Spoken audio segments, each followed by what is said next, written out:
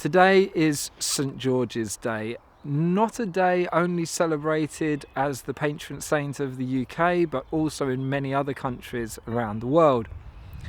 And the story of St. George and the Dragon, it breaks my heart how little it is told these days, and how the red and white flag of England has become associated with neo-Nazis and fascists, which I think is so far from the truth of its original message. St. George was the figure who confronted the dragon in order to save a maiden. And a little known element of that story, which I think is vital to its telling, is the fact that the maiden does not play some helpless, inert, passive role in that story. St. George is confounded by the dragon and struggling to defeat it until the female of the story, the heroine of the story, uses her intelligence in order to ensnare the dragon through the use of her garter. She participates in her own salvation. And it's that story of St. George and the Dragon that if it didn't help to initiate, occurred at that time in the Middle Ages, where chivalry came to the forefront, where the equality, the equality between men and women was being celebrated.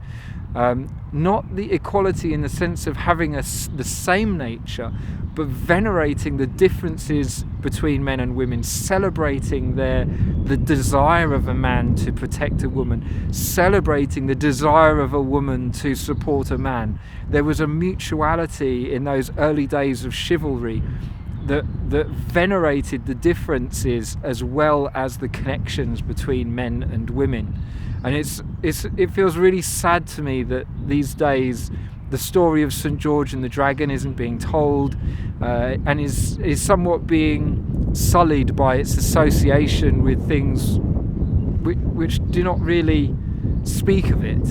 You know, the fact that this tale of St. George and the Dragon became this such a popular story of folklore, that it was told everywhere in so many different countries, and became a focal point of what it was to be human and what it was to be a man in good relation, in right relationship to women.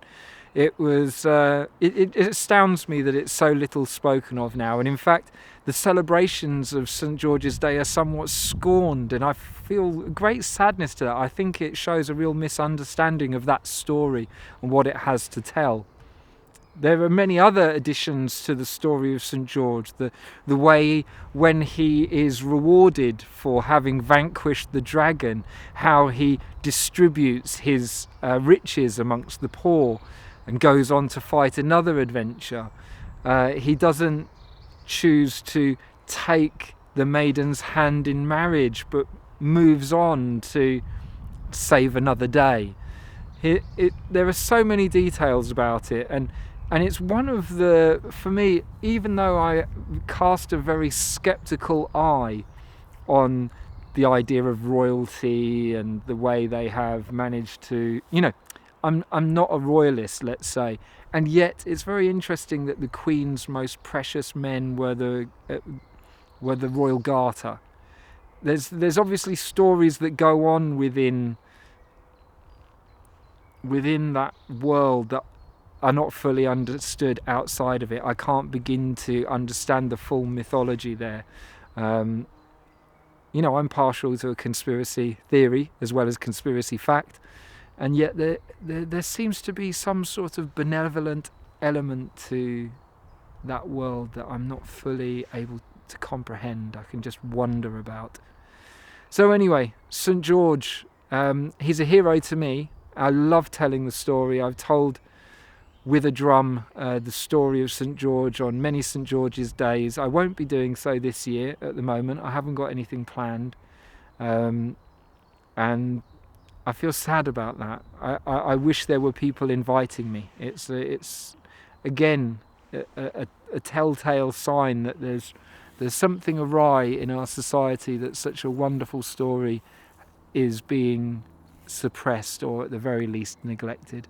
So anyway, today I am celebrating the patron saint of England as well as many other countries, St George.